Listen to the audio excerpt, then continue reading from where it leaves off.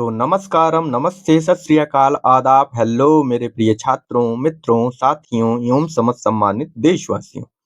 स्वागत है आप सभी का आप ही के YouTube चैनल एज फिजिक्स में। Welcome to Edge Physics. उम्मीद है कि आप लोग स्वस्थ होंगे और जीवन का आनंद ले रहे होंगे, साथ ही अपनी तैयारियों में अपने लक्ष्य के प्रति पूर्ण निष्ठा के साथ, पूर्ण मेहनत के साथ लगे हुए हो। चलिए, तो बिना विलंब करते हैं प्रारंभ। मित्रों, ये एनसीईआरटी की सीरीज है, जिसको ये 12th एनसीईआरटी फिजिक्स की सीरीज हमने स्टार्ट की है और जिसमें हम जो है पार्ट 1 यानी जो बुक 1 है उसका चैप्टर 1 स्टार्ट किए हैं। और हमने पहले ही डिस्कस कर लिया था कि ये तमाम कॉम्पिटिशन्स के लिए ये बहुत ही इम्पोर्टेंट होने वाली है ये सीरीज। जैसा कि आप जानते हैं एनबीएस केबीएस ईएमआरएस में अगर आप इसकी तैयारी कर रहे हैं, आपने इसके फॉर्म भरे हैं साइंस में, इसके अलावा एलटी साइंस में, जीआईसी और पॉलिटेक्निक लेक्चर के फॉर्म भरे हुए हैं, तो उन सब में खास करके एनबीएस केबीएस ईएमआरएस में एनसीईआरटी बेस्ड सिलेबस ही आपका मेंस होने वाला है। और मेंस में आपके 40 क्वेश्चन ऑब्जेक्टिव होते हैं और 60 नंबर के क्वेश्चन, जिसमें 20 क्वेश्चन 3-3 नंबर के होंगे, 3-3 मार्क्स के होंगे, वो सब्जेक्टिव होंगे यानी लिखने पड़ेंगे। और लिखने के लिए आपको उस कंटेंट पे, उस जो है टॉपिक पे आपको पूर्ण जानकारी, कंसेप्चुअल जानकारी तो होनी ही चाहिए। इसी को ध्यान में रखते हुए हम ये सीरीज शुरू कर रहे हैं और इस सीरीज में हमने जैसे इसके लेक्चर वाइज इसके नोट्स बनाए हैं। लेक्चर 1.1, लेक्चर 1.2 ये लेक्चर्स हो चुके हैं, जिनमें हमने चार्ज और उसकी उत्पत्ति तथा चार्ज के टाइप के बारे में भी पढ़ लिया था। ये सारी चीजें आप हमारे प्रीवियस लेक्चर्स में जाके देख सकते हैं, ठीक है। और इसके अलावा हमने बात की थी पिछले लेक्चर पे कंडक्टर और इंसुलेटर की। तो कंडक्टर क्या होते हैं? इलेक्ट्रिसिटी को आसानी से पास करते हैं। इंसुलेटर जो आसानी से पास नहीं करते थे। इसके अलावा एक सेमीकंडक्टर होते हैं जो इलेक्ट्रिसिटी को कंडीशन के अनुसार पास करते हैं, थोड़ी मात्रा में, लेकिन इनका बहुत यूज होता है। साथ ही हमने कुछ और भी चीजों की बात की थी जो नई एनसीईआरटी में आपको नहीं देखने को मिलेंगी, पुरानी ओल्ड एनसीईआरटी में देखने को मिलेंगी। ये है ग्राउंडिंग और अर्थिंग। तो ग्राउंडिंग क्या होता है? The process of sharing the charges with the earth is called grounding on और अर्थिंग। आपने ये जो 3 प्लग वाला जो है सिस्टम देखा होगा, तो उसमें जो तीसरा ऊपर वाला जो प्लग होता है वो अर्थिंग के लिए ही इस्तेमाल होता है। इसके अलावा हमने मेथड ऑफ चार्जिंग की बात की थी कि चार्जिंग कैसे करते हैं। उसमें 2 होते हैं कि चार्ज को प्राप्त करने की प्रक्रिया क्या है, ठीक है। इसमें जो है रबिंग होता है। आप सिंपली जो है जैसे ग्लास और सिल्क को रब कर दीजिए तो ग्लास पे पॉजिटिव चार्ज और सिल्क पे नेगेटिव चार्ज आ जाता है। ये रबिंग प्रोसेस हो गई, ये हम जानते हैं, ठीक है। इसके अलावा एक और प्रोसेस होती है, उसे कहते हैं जो है चार्जिंग बाय इंडक्शन। तो चार्जिंग बाय इंडक्शन में आप देख सकते हैं कि ये 2 स्पेयर हैं, यहाँ पे एक पॉजिटिव चार्ज लाते हैं, इधर नेगेटिव इधर पॉजिटिव हो जाता है, और फिर इसको जो है पॉजिटिव नेगेटिव को, इन दोनों स्पेयर को अलग कर देते हैं और वो पॉजिटिव चार्ज भी हटा देते हैं। अब दोनों ये चार्ज कहलाएंगे। अगर एक ही गोले पे आपको चार्ज करना हो तो पॉजिटिव चार्ज इस तरह से लाया जा सकता है। आप ये बाय इंडक्शन, ये सी इंडक्शन मेथड है, ठीक है। यहाँ पे आप देख सकते हैं, यहाँ पे ये सी हो गया, ओके। चलिए, ठीक है, ये सारी चीजें हमने बात की थी। तो आज इस लेक्चर नंबर 1.4 में हम लोग बात करने वाले हैं basic properties of charge. Basic, ये जो गोल्ड लीफ का जो है एक्सपेरिमेंट, मतलब गोल्ड लीफ जो इंस्ट्रूमेंट होता है, उस इलेक्ट्रोस्कोप, उसकी ये बनावट दी गई है। आप इसको देख सकते हैं, इसके बारे में हमने पहले बात कर ली है।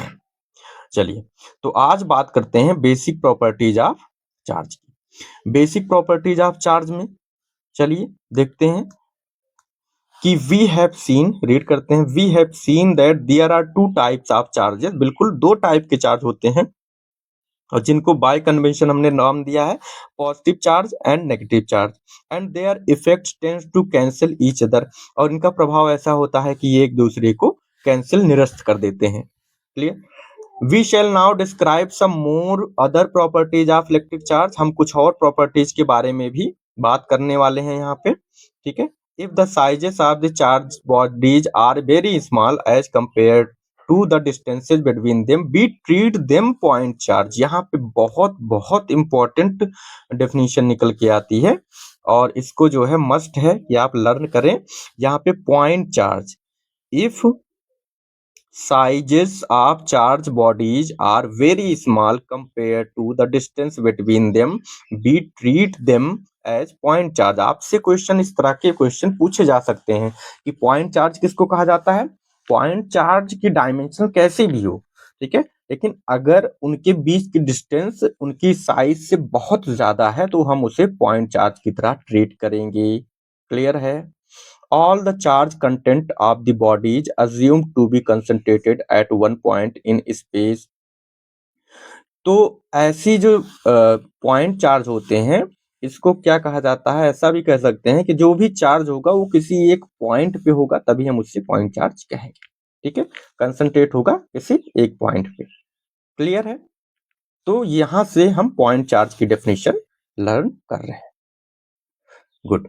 तो चलिए अब पॉइंट चार्ज के बाद जो है हम चार्जेस की प्रॉपर्टी के बारे में डिस्कस करते हैं और सबसे पहली जो प्रॉपर्टी है वो है एडिटिविटी ऑफ चार्जेस। पहली क्या है, बहुत ही simple property, additivity of charges. ठीक है, अब इसमें क्या करते हैं, एडिटिविटी ऑफ चार्जेस में कह रहा है कि चलिए एक बार लर्न कर लेते हैं फिर देखते हैं। We have not yet given a quantitative definition of a charge. We shall follow it up in the next section. We shall tentatively assume that this can be done and proceed if a system contains 2 point charges। मान लीजिए point charges Q1 Q2 है। point charges क्या होते हैं, जिनकी जो dimension है और दो चार्जेस के बीच की डिस्टेंस बहुत ज्यादा हो, ठीक है, उनके डायमेंशन के कंपैरिजन में, तो उसे हम पॉइंट चार्ज कहेंगे। अब मान लीजिए Q1 Q2 पॉइंट चार्ज है। The total charge of the system is obtained simply by adding algebraically Q1 and Q2। तो क्या होगा, Q1 Q2 दो चार्ज हैं, अगर टोटल चार्ज चाहिए तो Q1 और Q2 को अलजेब्रिकली मतलब बीजगणितीय योग जैसा कि आप करते हैं ना, 2 + 3 = 5, 3 - 1 = 2, इस तरह से इससे सिंपल जोड़ लेना है। That is charges add up like real numbers, they are scalars. यहाँ पे बहुत इंपॉर्टेंट बात बताई जा रही है कि क्या होगा कि charges are add up like real number, जैसे आप नंबर्स को जोड़ते हैं, are scalars like the mass of the body. और ये स्केलर है, चार्ज क्या है, स्केलर है, ये फिजिकल क्वांटिटी है, ध्यान देना, और ये स्केलर है। जैसे स्केलर को जोड़ते हैं वैसे जोड़ लेंगे। ठीक है, जैसे मास जोड़ते हैं 2 किलो 4 किलो 6 किलो। अब यहाँ पे if the system contains n charges Q1 Q2 Q3 ... Qn, then the total charge of the system Q1 + Q2 + Q3 plus, इस तरह से आप जो है जोड़ लेंगे Q1 + Q2 Q3 ... Qn। Clear. तो एडिटिविटी ऑफ चार्जेस क्या कहती है कि चार्जेस को आप सिंपली जोड़ लेंगे, कुछ नहीं करना है, ये सबसे सिंपल प्रॉपर्टी है। नेक्स्ट है कि चार्ज, इसी में charge has magnitude but no direction. Charge के पास मैग्नीट्यूड होता है लेकिन डायरेक्शन नहीं होती है, जैसे कि मास के पास होता है। मास और चार्ज को हम सिमिलर लेके चलेंगे लेकिन इनकी प्रॉपर्टी डिफरेंट होती हैं। However, there is one difference between mass and charge. Mass of body is always positive। क्या है कि mass of body is always positive, ये ध्यान देना, एक डिफरेंस है, लेकिन चार्ज कैन बी पॉजिटिव और नेगेटिव। मास हमेशा पॉजिटिव होता है लेकिन चार्ज पॉजिटिव और नेगेटिव हो सकता है। Proper signs have to be used while adding the charges in system. तो आपको क्या ध्यान देना है कि प्रॉपर साइन मतलब चार्ज की जो भी पॉजिटिव नेगेटिव साइन है उनको यूज करते हुए ही ये एडिशन परफॉर्म करना है। फॉर एग्जाम्पल, अब यहाँ पे ये एग्जाम्पल देख लेते हैं। For example, if the total charge of a system containing 5 charges +1 +2 -3 +4 -5, मतलब 5 चार्ज हैं, 5 चार्जेस हैं, जिसपे पहले पे +1 का चार्ज है, दूसरे पे +2 यानी पॉजिटिव चार्ज है 2 यूनिट का, तीसरे पे नेगेटिव चार्ज है 3 यूनिट का, चौथे पे पॉजिटिव चार्ज है 5 यूनिट का, और लास्ट पे 5 यूनिट का नेगेटिव चार्ज है। तो टोटल चार्ज क्या हो जाएगा, 1 + 2 - 3 + 4 - 5 = -1, यानी कि नेगेटिव चार्ज आया 1 यूनिट का। क्लियर है? यूनिट की बात हम आगे करेंगे। आई होप कि यहाँ पे फर्स्ट प्रॉपर्टी आप लोगों को क्लियर हो गई होगी। ठीक है, चलिए नेक्स्ट प्रॉपर्टी की बात करते हैं। नेक्स्ट प्रॉपर्टी ये जानते होंगे इसके बारे में, बहुत इंपॉर्टेंट तो है ही, लेकिन बहुत ज्यादा कोई डिफिकल्ट नहीं है समझना। और इसके बारे में समझ लेते हैं कि we have already hinted out the fact that when bodies are charged by the rubbing there is a transfer of electrons from one body to other body, no new charge either created और destroyed. ठीक है, तो यहाँ पे एक चीज है कि transfer of electrons from one body to other, no new charges are either created or destroyed. A picture of particles of electric charge enables us to understand the idea of conservation of charge. कोई charge create नहीं होता है जब हम रब करते हैं, induction करते हैं, या तो रब में चार्ज ट्रांसफर होते हैं। ठीक है, when we rub it two bodies, what one body gains in charge the other body losses, मतलब एक से चार्ज जाएंगे दूसरे पे चार्ज आएंगे, यही होता है, कोई नया चार्ज कहीं बाहर से नहीं आता है। Within an isolated system consisting of many charge bodies due to interaction among the bodies, charges may get redistributed, but it is found that total charge of the isolated system is always conserved. ठीक है, conservation principal क्या कहता है कि total charge of the isolated system is always conserved and conservation of charge has been established experimentally, और इसको प्रमाणित किया गया है प्रयोगों द्वारा कि किसी भी सिस्टम का चार्ज इधर से उधर हो सकते हैं, ट्रांसफर हो सकते हैं, लेकिन नए चार्ज नहीं क्रिएट किए जा सकते हैं। ठीक, ये चार्ज कंजर्वेशन का प्रिंसिपल कहता है। याद रखना आइसोलेटेड सिस्टम की बात हो रही है। आइसोलेटेड सिस्टम मतलब जिससे बाहर से कोई अलगाव ना हो, सॉरी बाहर से कोई लगाव ना हो, केवल अलग थलग रहे, ऐसे सिस्टम की बात हो रही है कि उसमें कोई नया चार्ज बाहर से कहीं क्रिएट नहीं हो सकता, जो है वही इधर उधर हो सकता है, ट्रांसफर हो सकता है। अब बात करते हैं कि it is not possible to create or destroy net charge carried by an isolated system. उसी आइसोलेटेड सिस्टम की बात कर रहे हैं कि किसी भी आइसोलेटेड सिस्टम में पॉसिबल नहीं है कि उसका टोटल चार्ज जो है वो डिस्ट्रॉय किया जा सके या नष्ट किया जा सके। The charge carrying particles may be created और डिस्ट्रॉयड इन ए प्रोसेस। तो it is not possible to create or destroy net charge carried by any isolated system, although the charge carrying particles may be created or destroyed। देखो total charge जो है वो नहीं बदलने वाला है, लेकिन जो चार्ज को वहन करने वाले पार्टिकल्स हैं उनकी संख्या में चेंज हो सकता है। ठीक है, ये गहरा कंसेप्ट है, इसे बाद में हम कभी फिजिक्स लेक्चर में समझेंगे जब हम जो है पेयर इनहेलेशन की बात करेंगे। ठीक है, तो उसमें हम इसको बात करेंगे कि चार्ज जो है वो नहीं बदलेगा, लेकिन नंबर ऑफ पार्टिकल जो उन चार्जेस को ले जा रहे हैं उनकी संख्या में बदलाव संभव हो सकता है। ठीक है, अरे भाई जैसे मान लो पॉजिटिव चार्ज है, अब प्रोटॉन पे पॉजिटिव चार्ज है, अब प्रोटॉन प्रोटॉन की किसी तरह के रिएक्शन करके वहां पे अल्फा पार्टिकल बन गए। ठीक है, अब प्रोटॉन प्रोटॉन दो पार्टिकल थे, लेकिन अल्फा पार्टिकल एक ही पार्टिकल है, लेकिन चार्ज दोनों पे, दो प्रोटॉन के बराबर अल्फा पार्टिकल पे भी है। क्लियर है? तो यहाँ पे चार्जेस सेम रहे, लेकिन जो है वो पार्टिकल की संख्या बदल गई, नंबर बदल गया। Sometimes nature creates charge particle, यहाँ पे कुछ और जो है, sometimes nature create charge particles in neutron turns into a proton, ये हम बात उसी की कर रहे थे, और इलेक्ट्रॉन।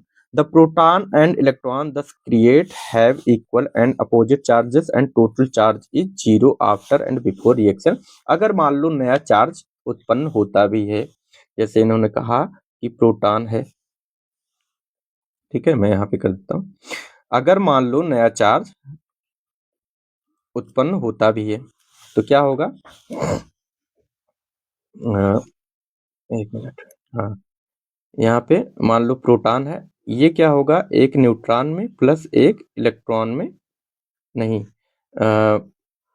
एक न्यूट्रॉन जो है वो एक प्रोटॉन में प्लस एक इलेक्ट्रॉन में, ये प्लस ये माइनस टूट गया, ठीक है। इसके अलावा यहाँ एंटी न्यूट्रिनो होता है, ये चार्ज नहीं होता। तो इस तरह के रिएक्शन आपको देखने को मिल सकती हैं। तो यहाँ पे देख रहे हैं, यहाँ पे इसके बाद जीरो चार्ज है, यहाँ पे पॉजिटिव नेगेटिव, तब भी जीरो चार्ज बचे, इधर भी चार्ज जीरो है, इधर भी चार्ज जीरो है, लेकिन पार्टिकल्स बदल गए, एक न्यूट्रॉन दो नए पार्टिकल में टूट गया। यही चीज कहने की कोशिश की जा रही है, ठीक है। चलिए, तो यहाँ पे अब क्वांटाइजेशन ऑफ चार्जेस की बात कर लेते हैं। तीसरी जो प्रॉपर्टी है वो बहुत इंपॉर्टेंट प्रॉपर्टी होने जा रही है, और इसको कहते हैं क्वांटाइजेशन ऑफ चार्ज। क्या कहते हैं? Quantization of charge. क्वांटाइजेशन पहले मतलब समझ लेते हैं, ठीक है। क्वांटाइजेशन का मतलब क्या है? देखो, experimentally it is establish that all free charges are integral multiple. यहाँ पे मैं इसे मार्क करूंगा, इंटीग्रल मल्टीपल साफ basic unit of charge, basic unit of charge denoted by e. E का मतलब एक इलेक्ट्रॉन का चार्ज होता है, आगे हम बात करेंगे। बेसिक यूनिट ऑफ चार्ज, दस charge Q on a body is always given by Q बराबर एन। किसी भी बॉडी पे जो चार्ज दिया जाता है वो Q बराबर एन के द्वारा दिया जाएगा। क्लियर है? ई क्या है? बेस यूनिट है। कहने का मतलब ये है कि जो भी चार्ज मिलेगा वो हमें integral multiple of basic unit of charge के रूप में मिलेगा। इसका क्या मतलब हुआ? ठीक है, अब मान लेते हैं कि आपके पास यहाँ पे जो है, मान लो आप कह रहे हो कि हमारे पास 3 यूनिट चार्ज है प्लस 3 यूनिट चार्ज है, ठीक है। तो Q बराबर क्या हो जाएगा? ये 3 इलेक्ट्रॉन के बराबर का चार्ज हो गया पॉजिटिव। क्लियर है? तो कहने का मतलब ये जो 3 आपका दिखा रहा है, ये एक नंबर दिखा रहा है, ये एक इंटीग्रल नंबर है। हमेशा जो n की वैल्यू होगी, n बराबर 1 2 3 इस तरह से ही आपको देखने को मिलेगी। n की वैल्यू कभी भी फ्रैक्शन नहीं हो सकती, किसी फ्रैक्शन में n की वैल्यू नहीं हो सकती, वो हमेशा एक नंबर ही रहेगी। और आपको टोटल चार्ज जो है वो Q बराबर NE फार्मूले से मिलेगा। ये बहुत इंपॉर्टेंट फार्मूला है, इसे याद रखिएगा। जहाँ पे n क्या है, 1 2 3 4 5 इस तरह से कोई नंबर ही होगी, ऐसा कुछ नहीं होगा फ्रैक्शन हो, 1.5 हो, 3.2 हो, 6.9 हो, इस तरह का कोई n की वैल्यू नहीं होगी। Where n is any integer positive और नेगेटिव। चलो, यहाँ पे ये भी हो सकता है कि पॉजिटिव नेगेटिव हो सकते हैं, ठीक है, पॉजिटिव नेगेटिव हो सकता है, यानी कि जो है इसे हम n equal two plus minus, ठीक है, प्लस माइनस 1 2 3 इस तरह से कर सकते हैं, लेकिन कभी भी हम इसको डेसिमल में जो है नहीं रख सकते। This basic unit of charge is the charge that one electron और वन प्रोटॉन कैरीज। तो जो E है, स्मॉल e है, वो क्या है? एक प्रोटॉन और एक इलेक्ट्रॉन पे चार्ज है। तो हम क्या करते हैं, किसी बॉडी पे जो टोटल चार्ज होता है वो क्या होगा? किसी एक इलेक्ट्रॉन के चार्ज या प्रोटॉन के चार्ज के मल्टीपल में होगा, इंटीग्रल मल्टीपल में होगा, ठीक है। इतना ऐसा हो सकता है। By convention the charge of an electron is taken to be negative. Convention है, ऐसा मानते आए हैं, ऐसी परंपरा चली आई है, तो हम उसी को फॉलो करते हैं कि हम इलेक्ट्रॉन पे जो चार्ज होता है उसे हम नेगेटिव मानते हैं, ठीक है। एक मिनट, हाँ, तो by convention the charge on an electron is taken to be negative, therefore charge on an electron is written as minus e and proton is plus e. Proton का चार्ज क्या लिखेंगे? प्लस ई लिखेंगे, और और electron का charge वो minus ही लिखेंगे, neutron पे कोई चार्ज नहीं होता है। The fact that electric charge is always an integral multiple of e is termed as quantization of charges, ठीक है। इसी को क्या कहा जाता है कि इलेक्ट्रिक चार्ज हमेशा integral multiple of e, e के यूनिट में होते हैं, ठीक है, पॉजिटिव होंगे नेगेटिव होंगे, लेकिन ई की मैग्नीट्यूड में होंगे, उसे ही हम क्वांटाइजेशन ऑफ चार्ज कहते हैं।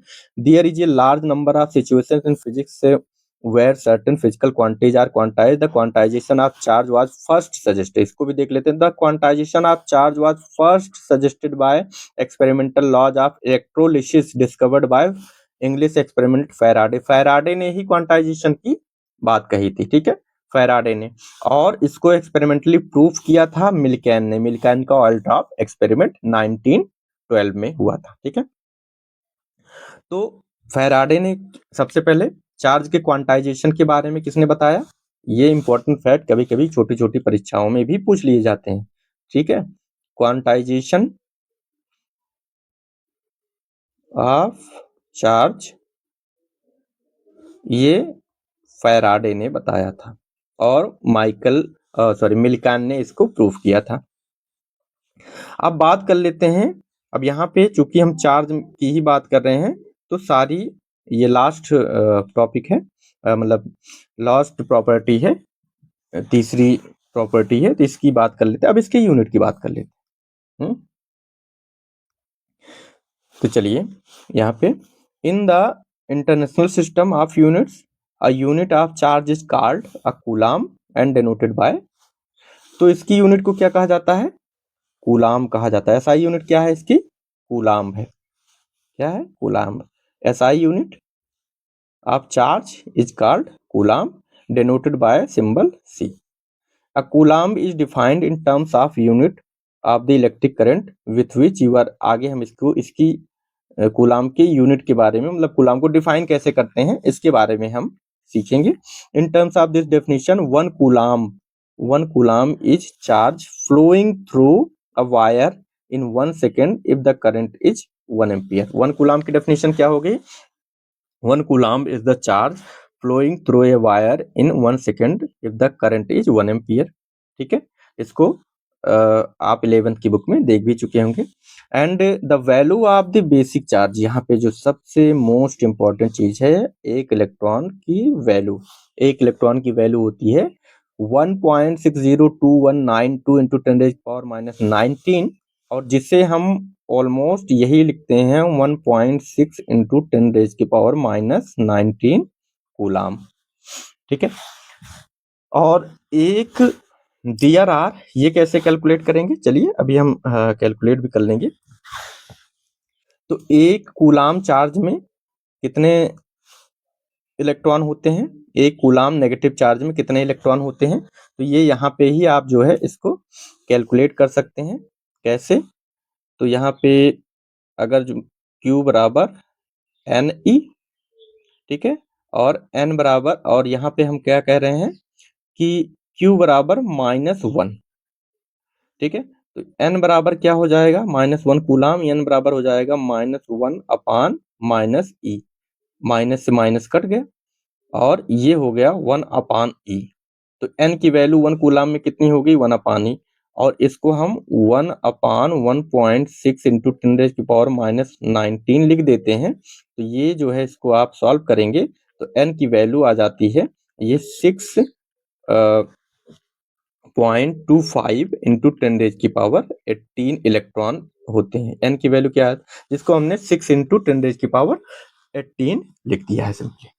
इतने इलेक्ट्रॉन होते हैं। In electrostatics charges of this large magnitude are seldom encountered and hence be. ये बहुत बड़ी यूनिट है, बहुत, मतलब एक कूलाम का चार्ज अपने आप में बहुत बड़ा चार्ज होता है, ठीक है। इसके लिए स्मॉलर यूनिट एक माइक्रो कूलाम, जिसे 10⁻⁻6 कूलाम, और एक मिली कूलाम की बात भी हम करते हैं, इसलिए हम इलेक्ट्रोस्टैटिक में छोटी छोटी यूनिट्स की भी बात करेंगे। क्लियर? अब यहाँ पे एक तीसरा पॉइंट है कि if the proton and electrons are the only basic charges in the universe, all the observable charges have to be integral multiple of the electron. Thus, if a body contains n electron and n proton, the total amount of charges on a body is equal to, ठीक है। अगर मान लो कि किसी body पे जो है n electron है और n प्रोटॉन है, तो टोटल चार्ज क्या हो जाएगा? वो हो जाएगा Q इक्वल टू, एक मिनट, वो हो जाएगा Q equal to N2 minus N1E, ठीक है। दोनों में से प्लस माइनस कर लेंगे, पॉजिटिव में से नेगेटिव या नेगेटिव में से पॉजिटिव जो है वो खत्म हो जाएगा, और बाकी जो बचेगा उसे हम टोटल चार्ज कहेंगे, ठीक है। अब जैसे मान लो N2 बराबर +3 चार्ज है और N1 बराबर -2 है। तो Q क्या हो गया? Q क्या हो गया? 3 और n जस्ट नंबर है, ठीक है, इसकी मैग्नीट्यूड ले रहे हैं, ठीक है। तो ये मैं n2 और ये 3 - 2 और ये E, तो Q इक्वल टू ये 1E, 1 इलेक्ट्रॉन का चार्ज और ये पॉजिटिव आया है, ठीक है। तो इस तरह से हम जो है निकाल सकते हैं। Since n1 and n2 are integer, their difference is also an integer, thus the charge on any body is always. तो यहाँ से भी हम देख सकते हैं कि अगर जो है जो चार्ज है किसी बॉडी पे वो क्या होते हैं। Thus, the charge on any body is always integral multiple of electron and can be increased or decreased in the steps of A. तो किसी भी बॉडी पे जो चार्ज होते हैं वो एक इलेक्ट्रॉन के स्टेप में ही इंक्रीज या डिक्रीज किए जा सकते हैं। या तो इलेक्ट्रॉन पूरा जाएगा, या 10 इलेक्ट्रॉन जाएंगे, 50 इलेक्ट्रॉन जाएंगे, 1 लाख इलेक्ट्रॉन जाएंगे। लेकिन ऐसा नहीं होगा कि 1.5 इलेक्ट्रॉन गए, 2.5 इलेक्ट्रॉन गए या आए, ठीक है, ऐसा नहीं होगा। हमेशा प्योर नंबर में ही इलेक्ट्रॉन जाएंगे और आएंगे किसी बॉडी पे, ठीक है। चलिए नेक्स्ट हम लोग देखते हैं। The step size E is however very small because at the microscopic level we deal with the charges of few microcoulomb. At this scale the fact that charge of a body can increase or decrease unit of E is not visible. लेकिन वास्तव में हमें एक charge के रूप में इसका जो है घटना बढ़ना होता है, ट्रांसफर होता है, ये हमें विजिबल नहीं होता क्योंकि एक इलेक्ट्रॉन की वैल्यू बहुत कम होती है। आप देख ही रहे हैं 1.6 × 10⁻⁻19 कूलम की होती है। तो in this respect the granny nature of the charge is lost and it appears continuous. तो वास्तव में माइक्रोस्कोपिक यानी सूक्ष्म स्तर पे तो ये जो है डिसकंटिन्यूअस होता है, या जिसे हम कहते हैं डिस्क्रीट होता है। लेकिन बड़े स्तर पे ये जो है कंटिन्यूअस नेचर का हमें देखने को मिलता है। This situation can be compared with the geometrical concept of points and lines. ये बिल्कुल वैसे ही होता है जैसे आप कोई लाइन खींचते हैं। लाइंस क्या है? एक dotted line viewed from a distance appears to be a dotted line viewed from distance appears to be continuous but is not continuous in reality। जैसे मान लो हमने ऐसे ऐसे करके एक छोटी सी लाइन बना ली, मान लो ऐसे ऐसे ऐसे ऐसे, ठीक है। अब ये देखो यहाँ पे आप देख रहे हैं ना कि आप इसको ऐसे बड़ा करेंगे तो यहाँ पे ये लगेगा कि ये छोटे छोटे पॉइंट है, ठीक है। लेकिन दूर से देखने पे लगेगा नहीं, ये जो है कंटिन्यूअस लाइन के जैसा है। तो इसी तरह से चार्ज होते हैं। अगर ढेर सारे चार्जेस हैं तो उनको हम कंटिन्यूअस लेके चलते हैं, लेकिन वास्तव में छोटे स्तर पे वो जो है डिस्क्रीट होते हैं, अलग अलग होते हैं। और each other normally and impression of continuous line, many small charges taken together appears as continuous charge distribution. यहाँ पे ये पॉइंट, ये फैक्ट हम मेंशन कर देते हैं कि अगर चार्ज को many small charges taken together appears as continuous charge distribution, वो कंटिन्यूअस चार्ज की तरह व्यवहार करते हैं, बिहेव करते हैं। एट द माइक्रोस्कोपिक यानी बड़े स्तर पे, स्थूल स्तर पे, one deals with the charges that are enormous compared to the magnitude of electron. Since 1.6 × 10⁻⁻19 coulomb, a charge of magnitude say 1 microcoulomb contains something like 10⁻13 times the electronic charge। तो एक microcoulomb में कितना चार्ज होगा? 10⁻13, ठीक है। ये easily हम calculate कर सकते हैं। At this scale the fact that charge can increase or decrease only in units of E is not very different from saying that charge can take continuous value. तो बड़े स्तर पे चार्ज को हम कंटिन्यूअस रूप में लेके ही चलते हैं, हमारे लिए अच्छा रहता है। Thus, at the microscopic level, the quantization of charge has no practical consequence and can be ignored। या ध्यान देना कि बेसिक प्रॉपर्टी है क्वांटाइजेशन ऑफ चार्जेस, लेकिन प्रैक्टिकल पर्पज से हम लोग क्या करते हैं कि इसको जो है इसकी ये प्रॉपर्टी को ज़्यादा वैल्यू नहीं देते हैं, इसे हम कंटिन्यूअस चार्ज लेके ही चलते हैं बड़े स्तर पर। Where the charge involves are of the order of few tens or 100 electron, ठीक है। However, the microscopic level where the charges involved are of the order of few tens or hundreds, ठीक है, of electron, they can be counted, they appear in discrete lumps and quantization of charge cannot be ignored। It is magnitude of scale involved that very important। तो कहाँ पे कैसी charge ले रहे हैं, बड़े स्तर पे ले रहे हैं, ठीक है, तो वहां पे हम उसे कंटिन्यूस लेंगे। लेकिन अगर 2 4 10 इलेक्ट्रॉन की चार्ज की बात कर रहे हैं, जैसे एटम पे हो गया, न्यूक्लियस पे हो गया, इनकी बात कर रहे हैं अगर, तो वहां पे हम उसे जो है क्वांटाइज्ड चार्ज के रूप में ही लेते हैं, ठीक है। चलिए, तो यहाँ पे हमने 3 बेसिक प्रॉपर्टीज के बारे में बात की, और यहाँ पे अब हम जो है ये एग्जाम्पल है इनको समझने वाले हैं।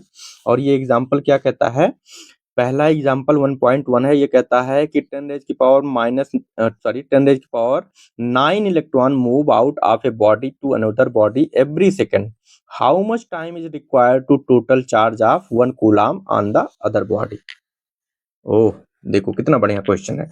कह रहा है कि हर सेकेंड, एक ये क्वेश्चन एक्चुअली डिफरेंट था ओल्ड एनसीईआरटी में, ठीक है। वहां पे ये था कि एक कप में, अगर एक कप में मान लो इतने इलेक्ट्रॉन हैं और वो ट्रांसफर हो रहे हैं, तो उसमें कुछ ऐसा था मामला, ठीक है। तो यहाँ पे हम देख रहे हैं, अच्छा नहीं, वो दूसरा क्वेश्चन था, ये वाला ऐसे ही था, ठीक है। If 10 raise power 10 raise power 9 electrons move out of a body, एक बॉडी है, ठीक है, मैं इसे हल्का सा साइड करता हूँ यहाँ पे, और यहाँ पे एक है, एक बॉडी है, और यहाँ पे 2 बॉडी है। यहाँ से इलेक्ट्रॉन ट्रांसफर हो रहे हैं कितना, 10 रेज की पावर इलेक्ट्रॉन्स, इतने इलेक्ट्रॉन्स पर सेकंड में ट्रांसफर हो रहे हैं। तो 1 कूलाम का चार्ज ट्रांसफर होने में 1 कूलाम है, और यहाँ तक जाने में कितना टाइम लगेगा, ठीक है। 1 2, ये 2 बॉडीज हैं, ये रेट है। अब इसको कैलकुलेट करते हैं, ठीक है। तो कैसे कैलकुलेट करते हैं कि अगर भाई 10 की पावर 9 इलेक्ट्रॉन्स इन 1 सेकेंड, ठीक है, इसका मतलब इक्वल टू क्या हो गया, 1.6 इंटू 10 रेज की पावर -19 और 10 की पावर 9, यानी कि 1.6 इंटू जो है ये हो जाएगा -10 कूलाम इन 1 सेकेंड, ठीक है। मैं इसको एक नया पेज ही ले लेता हूं और यहाँ पे डिस्कस करते हैं। चलिए चलिए, क्वेश्चन देख लेते हैं। क्या कह रहा है कि इफ 10 रेज की power 9 electron move out of a body to another body every second, how much time is required, ठीक है। तो यहाँ पे देखते हैं कितना आता है कि आंसर में क्वेश्चन 1.1 का, कि इफ 10 रेज की power -9 electrons in 1 second transferred, ठीक है, दैट इज, इसका मतलब क्या हुआ कि इसका मतलब क्या हुआ, 1.6 इंटू 10 रेज की पावर -19 इंटू 10 की पावर 9, ठीक है, 9 coulomb charge is transferred in 1 second. समझ में आ रहा है ना? यानी कि अब यहाँ पे ये हो जाएगा कि in 1 second charge transferred equal to 1.6 into 10 raise की पावर -10 कूलाम, इतने कूलाम का चार्ज हुआ। इसका मतलब time taken by 1 coulomb charge to be transferred, time taken by 1 coulomb charge to be transferred, और ये हो जाएगा, यहाँ से आप इसका उल्टा कर दो, भाई 1 सेकंड में लग रहा था, तो 1/1.6 इंटू 10 रेज पावर -10 सेकंड लगेगा। क्लियर है? ये भाई 1 सेकंड में अगर इतने चार्ज ट्रांसफर हो रहे थे तो ये वाला यानी 1 कूलाम यहाँ से 1 बना लो और इसको 1.6 को इसके 1 सेकंड के नीचे ट्रांसफर कर दो और इसी को आप जो है कन्वर्ट कर लीजिए 1 सेकंड को मिनट में, साल में, घंटे में, ये सब आप जो है आवर में। ठीक है, तो 1 सेकंड में कितना होता है? ये होता है 1/60 मिनट। मैं स्टेप बाय स्टेप कर देता हूँ और ये हो जाएगा 1/2 इंटू 10⁻⁻10 इंटू 60 इंटू, ठीक है, तो ये 60 सेकंड होता है और ये जो है आवर में कन्वर्ट करेंगे तो इसे ये आवर हो गया। ठीक है, और फिर ये जो है इसे 1/1.6 इंटू 10⁻, स्पेस तो है, ठीक है, 10⁻⁻10 इंटू 60 अब आवर को एक दिन में कन्वर्ट कर दिए तो एक ये हो जाएगा 24 डेज। ठीक है, और इसको भी आप जो है 1.6 10⁻⁻10 इंटू 60 इंटू 24 और एक दिन को ईयर में कन्वर्ट करिए तो 1/, हम जनरली 65 ईयर्स। ठीक है, और आप जो है इसको कैलकुलेट करिए तो ये जो टाइम होगा, कितना टाइम होगा। ठीक है, अब रफ कैलकुलेशन कर लेते हैं। यहाँ पे 6 है, यहाँ पे 24 है, तो ये रफ कैलकुलेशन में आपका आ जाएगा 1.6 इंटू इसका हो जाएगा 3.6 इंटू 10⁻3, ठीक है, 3600 आएगा।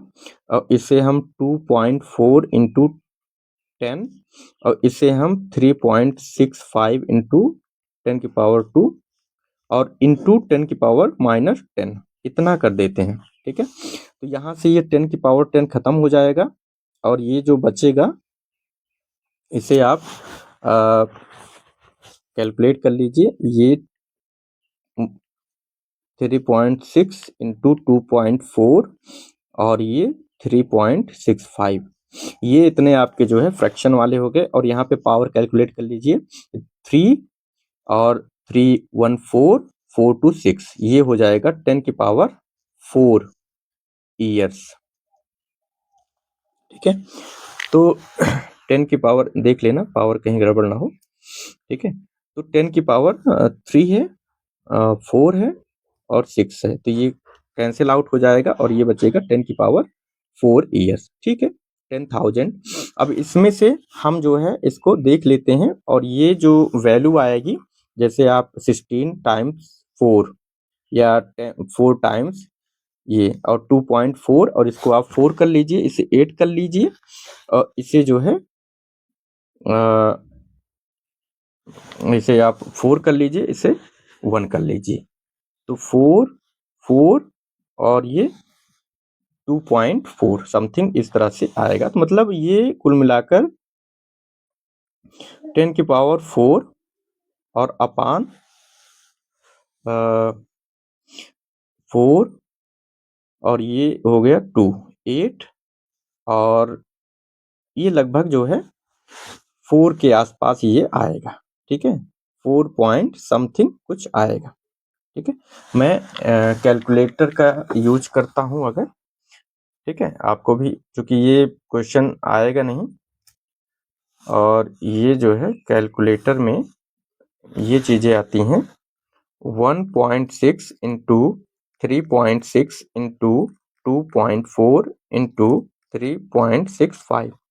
ठीक है, तो ये लगभग आता है 15.45 के आसपास। ठीक है, और ये हम इसको 100 अपान 15.45 इंटू 10 100 और लिखते हैं और ये हो जाएगा लगभग 1.98 इंटू 100। तो ये जो टाइम लगेगा ये लगेगा टोटल 198, ये लगभग की बात हो रही है 198 ईयर्स। कितना लगेगा? 198 ईयर्स।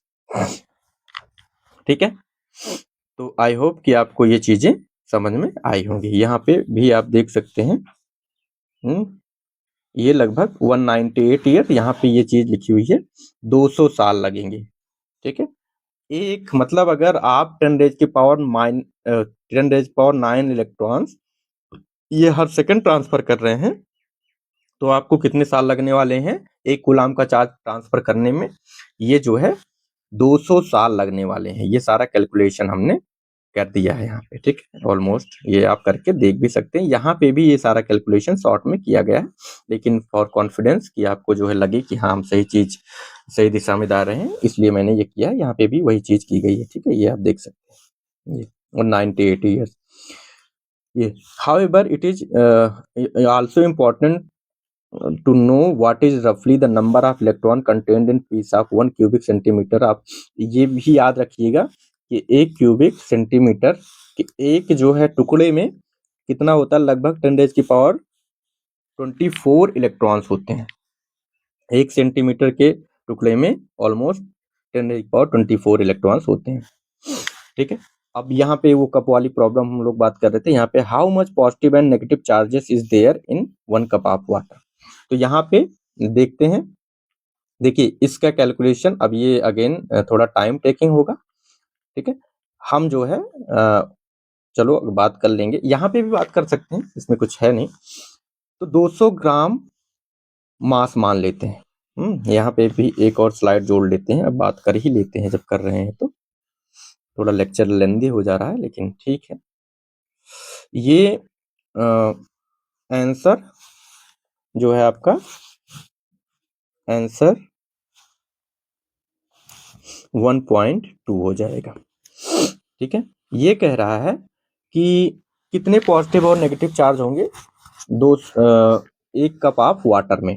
तो एक कप ऑफ वाटर में 1 कप ऑफ वाटर, इसे हम मान लेते हैं 250 ग्राम वाटर H2O होगा।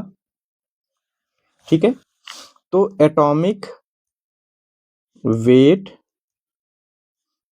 ऑफ H2O, ये क्या हो गया? आप एटॉमिक वेट क्या जानते हैं? तो ये हो गया 2 + 16 = 18। एटॉमिक वेट क्या हो गया? 18। ठीक है, आप H2O यानी कि इन 18 gram of water number of H2O molecule, ये क्या हो जाएंगे? n का मतलब 6.02 इंटू 10⁻23। कितने हो गए? 18। भाई 1 मोल हो गया ना, 1 मोल H2O क्या हो गया? 1 मोल H2O। इसका मतलब इन 250 gram of H2O number of H2O molecules, ये क्या हो जाएगा? ये हो जाएगा n/18 इंटू 250। ठीक है, और इसे आप जो है कैंसिल आउट कर लीजिए, तो ये हो जाएगा 602 इंटू 10⁻23 और ये वैल्यू आएगी 18 इंटू 250। इतने जो है नंबर ऑफ मॉलिक्यूल्स होंगे। ठीक है, तो ये नंबर ऑफ मॉलिक्यूल्स कितने होंगे? ठीक है, अब यहाँ पे देख लेते हैं कि charge on each molecule, charge on each molecule, ये क्या हो जाएगा? चार्ज ऑन ईच मॉलिक्यूल, अब यहाँ पे देखिए H2O, तो ईच मॉलिक्यूल यहाँ पे देखिए ईच मॉलिक्यूल, अब जैसे H2O है तो ये हो गया 2 इलेक्ट्रॉन प्लस 16 इलेक्ट्रॉन, या 2 इलेक्ट्रॉन प्लस 16 इलेक्ट्रॉन, 18 इलेक्ट्रॉन का चार्ज हो गया। भाई चार्ज कितना होगा? 18 इलेक्ट्रॉन का चार्ज हो गया। यहाँ पे देख लेते हैं 18 ग्राम, इसका मतलब दिस ये सही है। ठीक है, each molecule of water contain 2 hydrogen 1 oxygen that is 10 electron and 10 proton. Sorry, मैं यहाँ पे इसके मास नंबर ले लेता, यहाँ पे 8 इलेक्ट्रॉन, यानी कि तभी 10 इलेक्ट्रॉन का पॉजिटिव, ठीक है, 10 इलेक्ट्रॉन का positive and negative charge. So charge in 250 gram, charge in 250 gram H2, तो क्या हो जाएगा, इसमें आप 10 से और मल्टीप्लाई कर दीजिए, तो ये Q इक्वल टू हो जाएगा 6.02 इंटू 10⁻23 अपान, ये हो जाएगा 18 इंटू 250 और इसमें 10 से और मल्टीप्लाई कर दीजिए। तो अब ये जो संख्या बन के आएगी, ठीक है, ये कितनी हो जाएगी, आप यहाँ पे देख सकते हैं, इसे आप जो है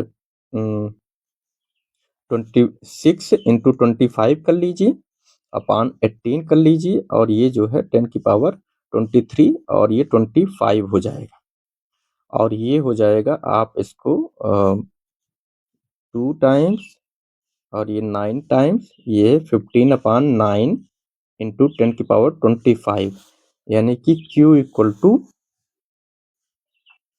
ठीक है, हम लोग सही जा रहे हैं, ठीक है, और ये लगभग 5.5 इंटू 10 की पावर 25, ये जो है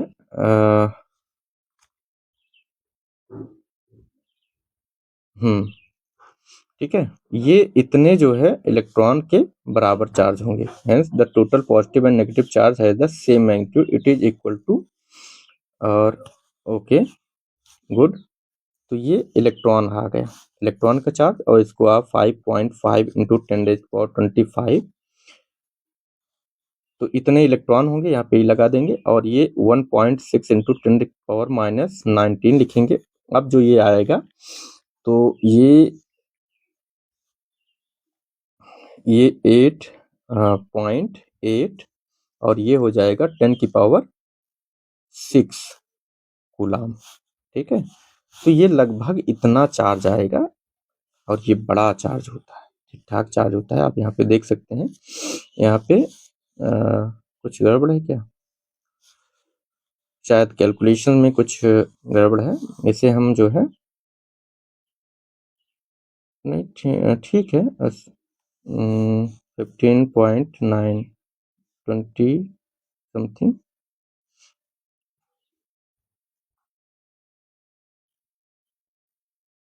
तो ये थोड़ा सा कहीं जो है कैलकुलेशंस में मिस्टेक है, ओके, तो खैर ये, और इसको हम रीचेक कर लेंगे। यहाँ पे ये ऑर्डर इम्पोर्टेंट नहीं है, यहाँ पे ये लगभग है 10 की पावर 7 कूलाम, मतलब कहीं थोड़ा सा मिस्टेक है, ये हो गया 18, यहाँ तक सही है, 10 से और मल्टीप्लाई कर दिया, ये हमने 6, इसे 6 मान लिया, तो ये 2 टाइम्स हो, अच्छा यहाँ पे 6 होना चाहिए, ठीक है, यहाँ पे 6 होना चाहिए, तो यहाँ पे ये 6 आ जाएगा, और यहाँ पे जो ये आएगा, तो ये 8.3 आ जाएगा, और ये 8.3, ठीक है, ये 8.3 हो जाएगा, और ये आ जाएगा, ये लगभग 1.4 के आसपास, 1.4 के आसपास, ठीक है, बस इतनी सी गड़बड़ थी। तो ये जो Q की वैल्यू होती है 10 रेज की पावर 5, ये बहुत बड़ा चार्ज है, आप सोच रहे हैं ना, तो इतने ही positive plus and positive and negative charges, लेकिन इतने पॉजिटिव इतने ही नेगेटिव चार्जेस हैं, और हमें वाटर एक मोल, मतलब 1 कप वाटर, हमें कोई मतलब ही नहीं लगता कि इसमें इतनी सारी पावर है, इतने सारे चार्जेस हैं, ठीक है ना, आप यहाँ से आंसर भी मैच कर सकते हैं, ये हमने आपको कैलकुलेशन के लिए दिखा दिया, ठीक है, तो आई होप कि आपको लेक्चर ये काफ़ी अच्छा लगा होगा और हेल्पफुल लगा होगा। आगे हम जो है बात करेंगे कूलाम्स लॉ की, लेक्चर नंबर 1.5 में। तब तक के लिए अपना ख्याल रखिए, अपनों का ख्याल रखिए, स्वस्थ रहिए, व्यस्त रहिए, आनंद से रहिए। जय हिंद, वंदे मातरम, नमस्कार।